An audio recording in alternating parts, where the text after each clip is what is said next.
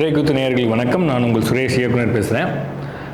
அந்த காலத்துலலாம் ராஜாக்கள் தன்னோட ராணிகளுக்காகவும் தனக்கு பிடிச்ச மனைவிக்கும் கட்டடம் கட்டுவாங்க, ஒரு கோயில் கட்டுவாங்க, நினைவு சின்னம் கட்டுவாங்க அப்படின்னு நம்ம படிச்சிருக்கோம்.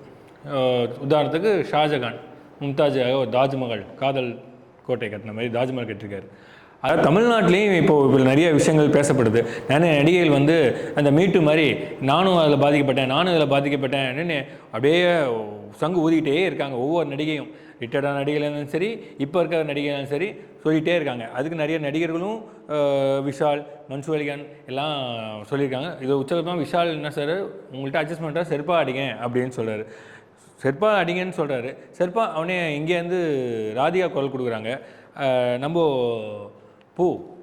குஷ்பு அவங்களும் குரல் கொடுக்குறாங்க. ஆனால் இதில் என்ன வேடிக்கைன்னா, இதே குஷ்பு தான் கொஞ்ச நாள் முன்னாடி கற்பனா இருக்குது அப்படின்னு சொல்லி ஒரு கற்பை பற்றி ஒரு தவறான உதாரணம் விளக்கம் கொடுத்து சர்ச்சைக்கு உள்ளானாங்க. இவங்களோட லைஃப் எப்படின்னா, முதல்ல குஷ்பு வந்து அறிமுகமான படமே தர்மத்தின் தலைவன். யார், நம்ம நடிகர் திலகத்தோட மகன் இளைய திலகம் பிரபுவோட தான் அறிமுகமாக வராங்க. அதுலேயே அவர் ஒரு சீன் வச்சுருப்பார். 2 கணத்தையும் பிடிச்சி இட்லிமா இருக்குது, கும்முன்னு இட்லிமா இருக்குது, அப்புறம் பார்த்துக்கிறேன் அப்படின்னு சொல்லுவார். அது எதுக்காக டயலாக் வச்சாரா, டேரக்டர் வச்சாரா இல்லை பிரபுவா சொன்னான்னு தெரியல. ஆனால் நான் அப்புறமேலே பிரபு தான் பார்த்துக்கிட்டார் குஷ்புங்கிறது எல்லாருக்குமே தெரியும். இவங்க 2 பேருக்குள்ளே காதல் மலர்ந்து அந்த காதல் வேரோடி ஆலமரம் வளரப்போன்னு நினச்சோம். எல்லாம் ரசிகர்கள் கூட குஷ்பு பிரபு பேர் வந்து சூப்பர், 2 பேரும் கல்யாணம் பண்ணிப்பாங்க அப்படிங்கிற நினைப்பில் தான் எல்லோரும் பார்த்துருந்தாங்க. ஆனால் அவர் கல்யாணம் ஆகி 2 குழந்தை இருந்த காலகட்டத்தில் தான் குஷ்பு சந்தித்தார். ஸோ இது பாரம்பரியமிக்க ஒரு நடிகர் திலகத்தோட குடும்பம் அப்படின்னால அவர் தலையிட்டு மிரட்டி கெஞ்சி கூத்தாடி கடைசியாக குஷ்புட்டேருந்து பிரபுவை மீட்டார். இந்த காலகட்டத்தில் தான் இயக்குனர் சுந்தர் சி முதல்ல படம் பண்ண வர்றாரு, முறைமாமன். இந்த படத்தில் வழக்கமாக ஒரு கிட்டத்தட்ட பிரபுவும் குஷ்பும் சேர்ந்து 10-15 படம் ஜோடியாக நடித்து அந்த ஜோடி ஃபேமஸ் ஆகணும், அதே ஜோடியை போட்டு படம் எடுக்கலாம் அப்படின்னு முடிவு பண்ணி தான் சுந்தர் சி தன்னோட முதல் படத்தை முறைமாமனை எடுக்கிறதுக்கு திட்டமிடுறாரு. ஆனால் மறுபடியும் குஷ்புவோட சேர்ந்து பிரபு நடித்தார்னா மறுபடியும் பழைய அந்த உறவு தொடரும் அப்படிங்கிறதுனால அந்த படம் வந்து கைவிடப்படுது. பிரபு நடிக்க மாட்டாருன்னு அவங்க அப்பாவே சொல்கிறாங்க. இப்போது சுந்தர் சிக்கு என்ன பண்ணுறதுன்னு தெரில. என்னடா அவரோட முதல் படம், இவர் இயக்குனர் முதல் படம் ஷூட்டிங் ஆரம்பிக்காமல் நின்று போச்சுன்னா எவ்வளோ வருத்தப்படுவார்.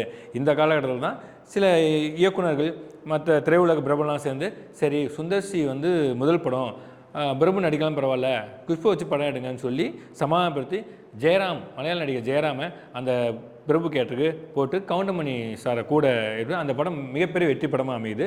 அந்த வெற்றி படத்துக்கு அப்புறம் குஷ்பு வச்சு அவர் நிறைய படம் பண்ணுறாரு. இதில் குஷ்புக்கும் சுந்தர் சிக்கும் காதல் மாறுது. இன்றைக்கி அவங்க கல்யாணம் பண்ணி சந்தோஷமாக இருக்காங்க. ஆனால் அவங்களாம் இன்றைக்கி வந்து கேரளா ஹேமா கமிட்டியை வந்து பாலியல் வன்முறையை பற்றி பேசும்போது இவங்களாம் குரல் கொடுக்குறாங்க. மன்சூர் சொன்ன மாதிரி மன்சூர் என்ன சொல்கிறாரு, ஏமா திருட்டு போனவொடனே போய் போலீஸில் கம்ப்ளைண்ட் கொடுக்கணும், திருட்டு போய் 15 வருஷம் கழிச்சு என் பொருள் திருட்டு போயிடுச்சு, இவன் தான் திருண்ணா அப்படின்னு சொன்னால் எந்த வித நான் கேட்குறாரு. ஸோ இப்போ இருக்க நடிகளையும் சொல்கிறேன், அதுக்காக அட்ஜஸ்ட் பண்ணுற பாலியல் துன்புறுத்தல் பண்ணுறது தப்புன்னு நான் சொல்லலை. அது தப்பு தான். அது ஒரு நடிக்க வந்த நடிகையை பாலியல் துன்புறுத்தல பாலியலுக்காக நம்ம வந்து அட்ஜஸ்ட்மெண்ட் பண்ண சொல்கிறது, அவங்கள வந்து பாலியல் துன்பத்தை உள்ளாக்குறது வந்து மிகப்பெரிய தப்பு தான். ஆனால் அந்த தப்பு நடக்கும்போதே அவங்க கண்டிச்சேன்னா, அந்த தப்பு வேணாம்னு வெளில போனாங்கன்னா அந்த தப்பு நடக்கிறது வாய்ப்பே இல்லை. நம்ம ஊர் நாட்டில் சொல்லுவாங்க, ஊசி இடம் கொடுக்காமல் நூல் நுழையாதுன்னு சொல்லிட்டு. ஸோ பெண்கள் தன்னோட எல்லைகளை இதுதான் எனக்கு அவசியம், இப்படி தான் இருப்பேன், நான் அட்ஜஸ்ட்மெண்ட் பண்ணி நடிக்க மாட்டேன், நடிக்க தேவையில்லை எனக்கு அப்படின்னு சொன்னாங்கன்னா கண்டிப்பாக எந்த இயக்குனரோ இல்லை தயாரிப்பாளரோ நடிகரோ வந்து கம்பல் பண்ண மாட்டாங்க. ஸோ இதுதான் இந்த மாதிரி கருத்தில் தான் குஷ்பு மாதிரி ஆளுங்களும் ராதிகா மாதிரி பெரிய பெரிய நடிகர்களும் சொல்லணும் இல்லையே. நீங்கள் அதை பற்றி பேசாதீங்க, எங்களுக்கு பாலியல் துன்பத்திற்கு யாராலும் கூப்பிட்றாங்க அப்படின்னு சொல்கிற என்ன வச்சு நியாயம்? உங்களுக்கு அந்த இடத்துல நீங்கள் சொல்ல மாதிரி எல்லா நடிகைகளும் அந்த மாதிரி கிடையாது, எல்லா தயாரிப்பாளர்களும் நடிகரை படிக்க கூப்பிட்ற ஆளும் கிடையாது, எல்லா இயக்குனர்களும் அப்படி கிடையாது. சினிமாவில் மட்டும் இல்லை, எந்த துறையிலுமே நல்லதும் இருக்குது கெட்டதும் இருக்குது. ஆண்கள் பெண்கள் இருவருமே நல்லவங்களும் இருக்காங்க கெட்டவங்களும் இருக்காங்க. உனக்கு எது தேவைங்கிறத நீங்கள் தான் சூஸ் பண்ணணும். ஸோ இப்போது சினிமாவில் வந்து நடிகைகளை வந்து இப்போ நடிக்க கூப்பிட்டா படுக்க கூப்பிட்றேன் அப்படின்னு சொல்கிற ஒரு கருத்து இருந்துட்டு இல்லையா. ஆனால் எனக்கு தெரிஞ்சு, ஏன்னா நான் துணை இயக்குனராக இருந்தபோதே சீரியல் இருக்கும்போதே நடிகை வந்து இப்போ அவங்க சீரியல் வந்து பெரிய நடிகையாக இருக்காங்க. அப்போ எனக்கு சினிமா புதுசு. நான் சினிமா வந்த புதுசில் நான் அசோசியேட் டைரக்டராக இருக்கும்போது என்கிட்டே நடிகை ஃபோட்டோ கொடுப்பாங்க. அப்போலாம் ஃபோட்டோ கொடுத்துட்டு நல்லா கேட்டுறவங்க டேரக்டர் ரெக்கமெண்ட் பண்ணுங்கள், நான் அட்ஜஸ்ட் பண்ணுறேன் அப்படின்னு என்கிட்ட சொல்லியிருக்காங்க. அவங்க பேரை சொல்லும்போது இன்றைக்கி அவங்களே மிகப்பெரிய நடிகர் இல்லை, ஓரளவு அம்மா கேட்டரு அன்னி கேட்டெல்லாம் பண்ணிகிட்ருக்காங்க. ஸோ எனக்கே அப்போ தான் தெரியும், இப்போல்லாம் சினிமாவில் இருக்கான்ட்டு. ஸோ அவங்களே கேட்குற அளவுக்கு இருக்காங்க. அந்த மாதிரி பெண்மணிகள் இருக்காங்களே, இதுவும் தப்பு தானே. ஒரு ஆண் வந்து ஒரு பெண்ணை வந்து நான் நடிக்க வாய்ப்பு கொடுக்குறேன், நீ படுக்கைக்குவான்னு கூப்பிட்றது எவ்வளோ தப்போ அந்தளவுக்கு தப்பு. நீங்கள் வாய்ப்புக்கு வாங்கி கொடுங்க, நான் அட்ஜஸ்ட் பண்ணுறேன்னு பெண்கள் சொல்கிறதும் தப்பு தான். இந்த ரெண்டுத்தையுமே கண்டிக்கணும். எந்த துறையிலையுமே சரி, சினிமா துறையிலையும் சரி, ஒரு அட்ஜஸ்ட்மெண்ட் இல்லாமல் சினிமா தான் நல்ல சினிமான்னு எல்லோரும் வரவேற்கணும். அதே நேரத்தில் ஆண்களை மட்டும் குற்றம் சொல்கிறது தப்பு. பெண்களும் அந்த பெண்களோட அம்மாவுக்கும் சில நடிகையோட அம்மாவும் சொல்கிறாங்க, சார் என் பொண்ணு நல்ல ரோலாக வாங்கிட்டாங்க, நாங்கள் அட்ஜஸ்ட் பண்ணுறோம் அப்படின்ட்டு. அப்போது எங்கே தப்பு ஆரம்பிக்குது? பெண்கள்கிட்ட தான் ஆரம்பிக்குது. ஒரு பொண்ணு நடிக்க மாட்டேன்னா அந்த கேரக்டர் இன்னொருத்த பண்ணிட்டு போயிடான்னு சொல்கிறீங்க. அந்த கேரக்டர் இன்னொருத்த பண்ணுறதும் பெண் தானே. அப்போ ஒட்டுமொத்த பெண்களுமே அட்ஜஸ்ட்மெண்ட் பண்ண மாட்டோம் அப்படின்னு முடிவு பண்ணால் அவங்கள வச்சு படம் எந்த பெண்ணாச்சும் படம் எடுக்க முடியுமா? ஸோ எல்லாரும் ஆண்களும் திருந்திட்டு நடித்தா போதுமானு சொல்லி தான் வருவாங்க. ஒரு பொண்ணு நான் அந்த கேரக்டர் படுத்தா தான் அந்த கேரக்டர் கொடுப்பேன்னு சொன்னால் வேணான்னு விளங்கும்போது அந்த இடத்துக்கு வேறு யார் வரா? இன்னொரு பொண்ணு தான் வராங்க. ஸோ அந்த பொண்ணு வந்து நான் அட்ஜஸ்ட் பண்ணி நடக்க மாட்டேன் அப்படின்னு சொல்லிட்டா இந்த அட்ஜஸ்ட்மெண்ட்டுக்கு பிரச்சனையே ஒழிஞ்சிடும். இது யார் கையில் இருக்குது? பெண்கள் கையில் தான் இருக்குது. ஸோ ஆண்களை மட்டும் குறை சொல்லாமல் பெண்கள் தன்னைத்தானே அட்ஜஸ்ட்மெண்ட் பண்ணால் நடிக்க மாட்டேன் அப்படிங்கிறது வந்துட்டா இந்த மீட்டு இந்த ஹேமா கமிட்டிலாம் தேவையே இல்லை. இந்த மாதிரி சர்ச்சைகள் தேவையில்லை. இதை வந்து திரைத்துறையில் இருக்கிற பெண்களும் புரிஞ்சுக்கிட்டு ஆண்களும் அதுக்கு சப்போர்ட்டாக இருக்கும்னு தான் ஆசைப்படுறோம். அப்போ தான் வந்து ஒரு கலை உலகம் சிறப்பாக இருக்கும்னு என்னோடய ஆசை. இப்போது ஏன் நம்ம வந்து இவ்வளோ தெளிவாக இப்போ ஹேமா கமிட்டிக்கு குஷ்பு குரல் கொடுக்குறாங்க அப்படிங்கும்போது நம்மளுக்கு வந்து ஃப்ளாஷ்பேக் ஞாபகம் வருது. ஏன்னா இதே குஷ்பு தான் நடிக்க வந்த புதுசில் பிரபுவும் குஷ்புவும் இணை ஜோடியாக வந்து ஏகப்பட்ட படம் நடித்தாங்க. அப்போ அவங்க ரெண்டு பேரும் காதல் வந்து அந்த காதல் தீவிரமாக கல்யாணம் வரைக்குமே தாலி கட்டிட்டாரு அப்படிங்கிற அதெல்லாம் சொன்னாங்க.